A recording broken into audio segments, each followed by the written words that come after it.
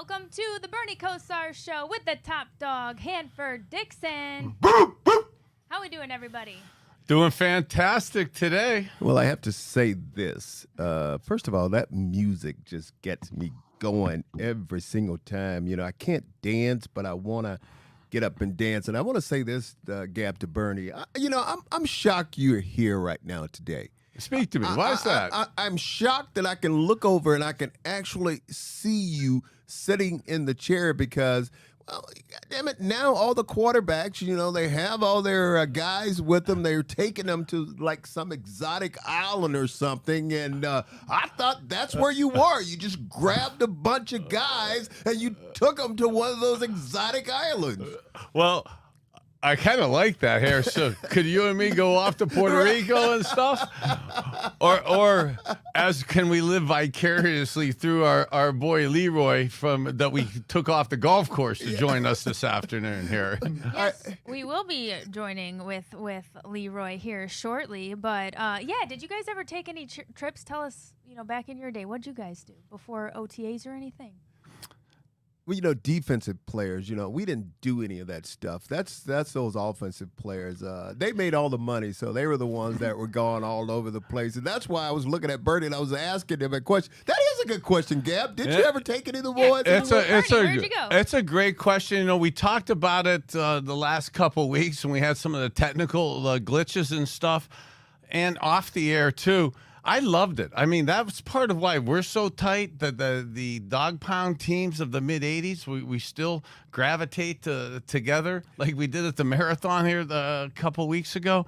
Is we didn't have the bank account that the guys have today to maybe take the whole offense to Puerto Rico and stuff, but doing things like Put-in Bay.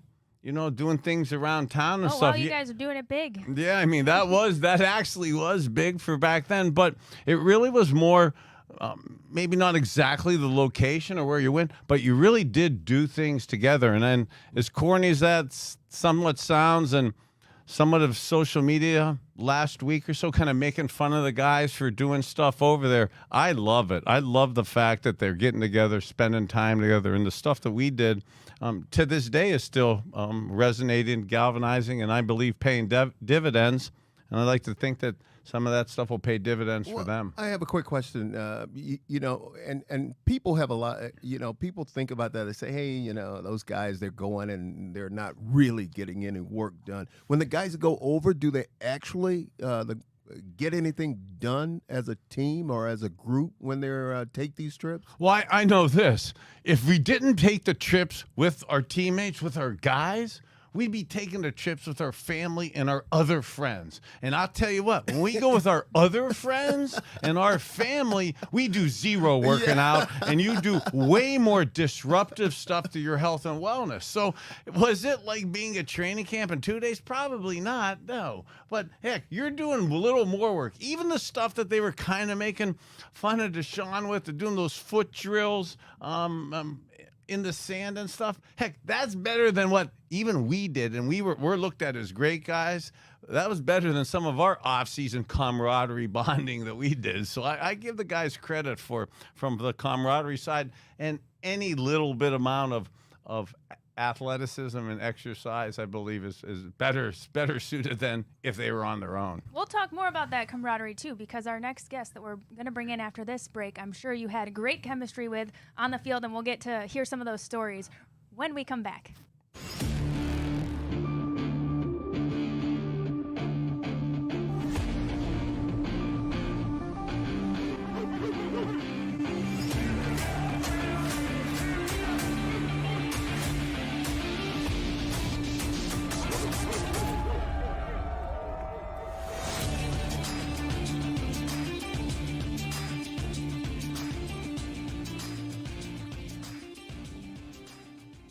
All right, welcome back to the Bernie Kosar Show. I know, Bernie, you're going to do a little bit better than my hype job. Excuse me. What? I'm sorry. Okay. With the top dog. Just checking on you, just getting you straight over there, Look at her laugh. We gotta add it. Top dog, Hanford Dixon. We got to rebrand. We do got to rebrand that. We got to get that top dog Hanford Dixon in there. Bernie, I was trying to bark, but I was laughing too hard. He called me in an instant. He said, "Excuse me, we can't leave out the top dog, Hanford." He brings all the intelligence and levity to this. Okay, Right. it makes me look like I'm still articulate. You are my friend. Thank you, my man. Okay, we've got to bring in our guest today. You guys can help me ham this up because we've got a 10-year NFL veteran, former Browns running back, and Bernie, I know you'll probably want to tag on to this introduction, but welcome, Leroy Hoard. Yeah. My man. What's up, dog? What's happening? Hey, What's happening? I would want to add on to that, but back in the day when we were playing and Leroy came in as a rookie, it was back in the day when hazing was allowed, and and for the younger players and younger kids out there, that wasn't probably right, nor was it cool, but it also was almost like an expectation of the quarterback to be harsh on the younger players coming in. And we had talked about this with Met and with Webster Slaughter when they came as rookies. Leroy then came a couple years after them, and he had to do the same thing. And it was massively awkward for me, massively uncomfortable, and really counterproductive because I needed Webster Slaughter, Eric Metcalf, and Leroy Hoard. So I wasn't allowed early in the career to kind of be really super nice to him. So I had to bust his balls a lot. So I love that we developed such a great friendship and rapport on the field, my man. Thanks for being with us. Well, it's one of those things that if you understand what your role is and going to be, and you understand the group of men you got to play with, then it's a rite of passage, right? And you just kind of deal with it. So I never resisted. It was a pain getting those breakfasts and from all the different places. And these jackasses, customized orders. These jackasses couldn't just order from one place. They say, "Ooh, you know what? I want this from Friendly's. I want this from Bob Evans. I want this from here." So every Saturday morning, I had to order early, then go pick them all up, and then come and put it on their desk or whatever and have it ready to go. And I remember one day, they ain't putting no syrup in the bag. So K-Mac say, K-Mac was grumpy.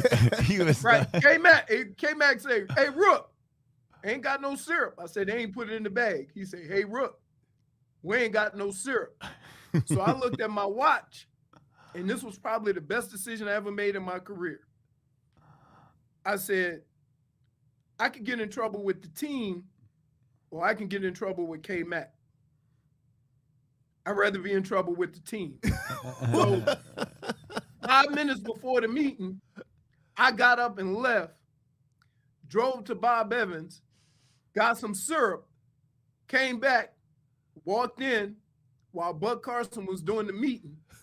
As soon as I hit the door, he said, $500, Hoard. By the time I got to my desk, there was $500 on the desk. Wow. So I looked at it as this was just a test to see if I was about that life, right? If I was about doing whatever I could for the guys that I'm going to play with. And I learned that lesson early on, that it's more important to earn the respect of the 10 guys you playing with on the field than it is to get the respect of the coaches on the sideline. Because once you go on that field, you need them other 10 guys. The coaches can't do nothing for you. How do you think that's different than maybe our Browns team today, you guys? You want to do a little compare and contrast? Because this is I can tell you interesting. exactly what it is, because now when guys come into the league, they hype them up so much that they don't have the rule of, I don't care where you got drafted, you got to earn your spot. That's right. Yeah. They come in with, I got my spot and y'all can't touch me. Yeah, and you have to placate to me. And what ends up happening is there's a process in which you have to be accountable. And one of the things I like about these guys taking trips is if you get that camaraderie, then y'all can be accountable to one another. right? Whereas before, you always had a group of veterans on the team that would hold you accountable, and you just dealt with it. And so it's kind of different from that standpoint. But I would say that the more you hang out with one another, the bigger the relationship and the bond is, the more you can get back to being able to hold everyone accountable that you play with or that's on the field. Wow, accountable. Just like, we all talk about it privately. We've talked about it on the show. The Bill Belichick, the Eric Mangini said it a lot when he was the coach here in Cleveland 10 years ago. You don't want to be it.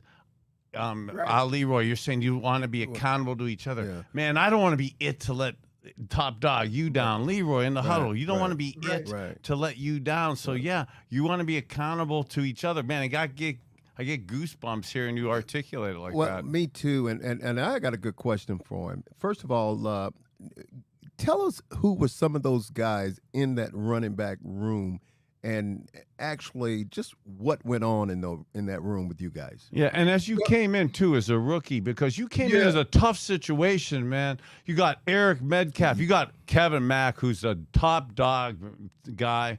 And then my favorite, bluntly, is I love Ernest Biner.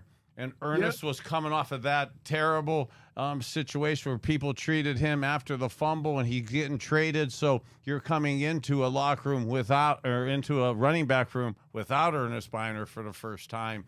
That was massively a unique situation for you. What'd you think? It wasn't a situation that I had any control of. All I could do was go do me, right? And I struggled early in my career for the simple fact that it was a different kind of football. You playing football with grown-ass men. You ain't playing with, guys that are only 3 years apart from you, 2 or 3 years. You playing with guys, I played with guys like Isaac Newsom and Clay Matthews Sr. that started their careers when I was 8 years old. So when you go into a locker room with those guys, they ain't got time for that nonsense. No. Right? And so, but the thing that I would say is this, is that Kevin and Matt, and when EB came back, when Ernest came back, they kind of, helped me get along the right path.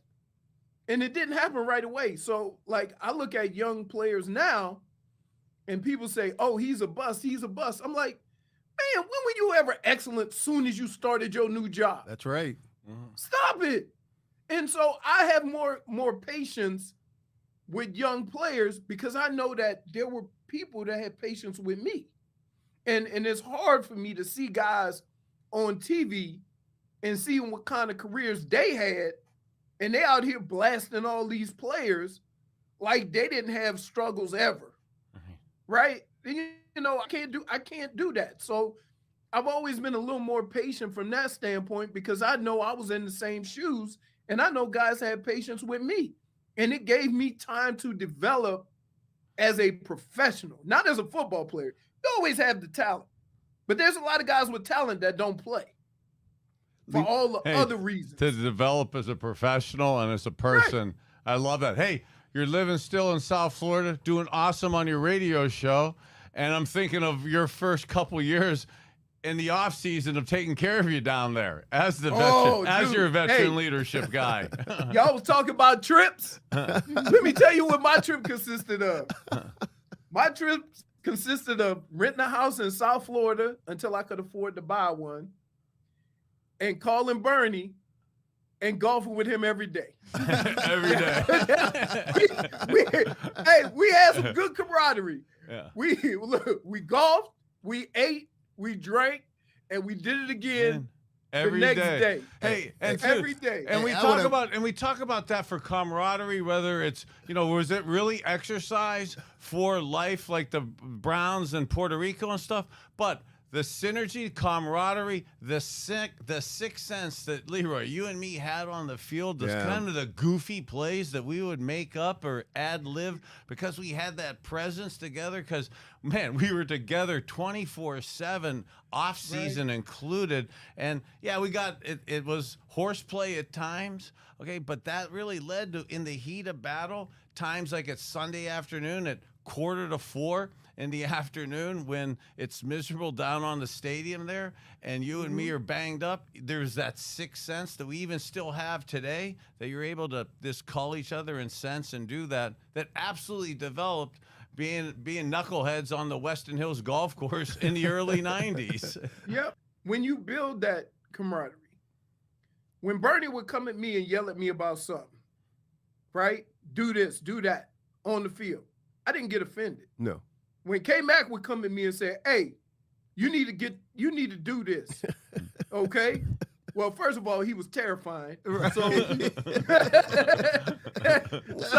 So I didn't get offended because, it's something about, earning the respect of the guys or your peers. That takes precedent over anything. And I think guys are more concerned with earning the respect of the people writing about them or commenting on them on social media, that they don't care about earning the respect of the guys they play with. And that's crazy. Hey, Leroy, because you were talking about people being patient with you, that you were able to have that patience with younger players because they're struggling. What were some of those early struggles that you had adapting? The long hours, the meetings, the monotony of it. I wanted to play football, but before you got to play football, there was a whole lot of other stuff you had to go through, right? I had to learn how, when you see a veteran doing something, as far as what he did after practice, what he did on the weekends, what he did during the off season, you weren't there yet. You can't do what he do. You got to get to that point. And so as a rookie, when you come in and you see a guy coming in and say, Hanford, he said he ain't got no thigh pads or no knee pads in. And he just, I say, ooh, he a pro. I want to do that too. And they're like, no, you better go put your pads on. Right? So it was just things like that when it came to working out, when it came to going to meetings, when it came to watching film, just things like that, understanding, professional football as a whole. You had to go through a certain process. Your talent is what kept people from running you off and gave you more time. But at some point, you all had to get to that point. Leroy, and go ahead, finish. No, I'm good. Okay, I was going to ask you about your coaches now, running back coaches. Who was your running back coaches, and obviously, who was your favorite? We had George. I can't think of George's name. My rookie year. George Sufchik? Was that? I'm not sure. And then I had. We all got the CTE working here, traumatic brain. Okay, short-term memory. I was Gav, Bernie, hit that Bernie, Google. I was like, don't ask me, because that's why I asked Leroy, because I couldn't remember. Wait, maybe we should take our second break. Have him think about it. We'll come back. Okay. Think on it, Leroy. We're going to be right back after this. You got it. I was like, look at I can't remember what I did yesterday.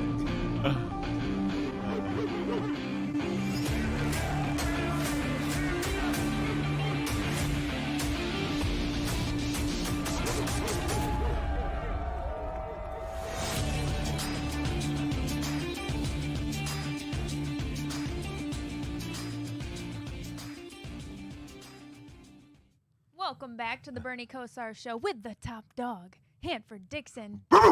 We are joined by Leroy Hoard, and we were just asking him, go ahead, Hanford, ask him again about this favorite coach question, because we want to know. Well, yeah, because I think we all had, all three of us, we had our favorite coaches and guys that really stood out that was coaching us. And I just wanted to know, obviously, out of the running back room, who coached him and which coach do I think had the biggest impact on his career? It's weird. I would say I had Steve Crosby the longest, right? And I would say that most of the time in the running back room, you got called out by other players, like by K-Mac. You had Ernest Biner in the room. We had Barry Redden in the room one year. I was going to say, us players, we were rougher on each coaches. other than the coaches. Yeah. Like, man, Gary Danielson, I could see I still remember K-Mac, EB, Barry Redden, giving you the business. Right. I mean, really, they were harsh. And so if I got through K-Mac and Ernest Biner and Eric Metcalf, there wasn't really nothing the coach could say to me that made me feel any worse, right? Nice. So from that standpoint, I would say that it was all about, the preparation, and I was always, Steve did a good job of getting us prepared, but the other thing was, so did Bill Belichick, right? Yep. To a fault almost, because when there's a difference in getting your team ready to sustain something and getting your team ready to win. And I think a lot of times we get caught up in Bern, you could attest to this. Bernie was about winning football games. And that dude could figure out something during a drive, during a series, during a game, and tweak the offense so that we were successful. I'm talking about hand in the dirt. Hey, Leroy, don't block that guy. Just go out. I'm gonna hit you real quick, right?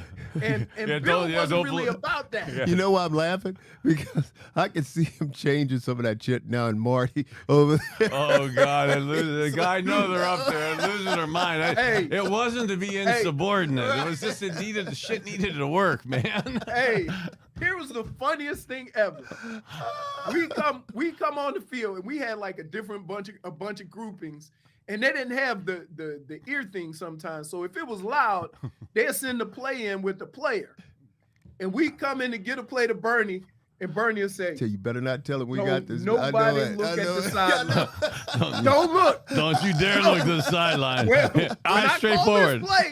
When I call this play, don't look at the sideline. And we'll go out there, and we'd be in a different formation. Everybody on the sideline, hands would be up in the air, and then we'll go for 30. Yeah. And as a player, you like, go ahead, BK, do your thing.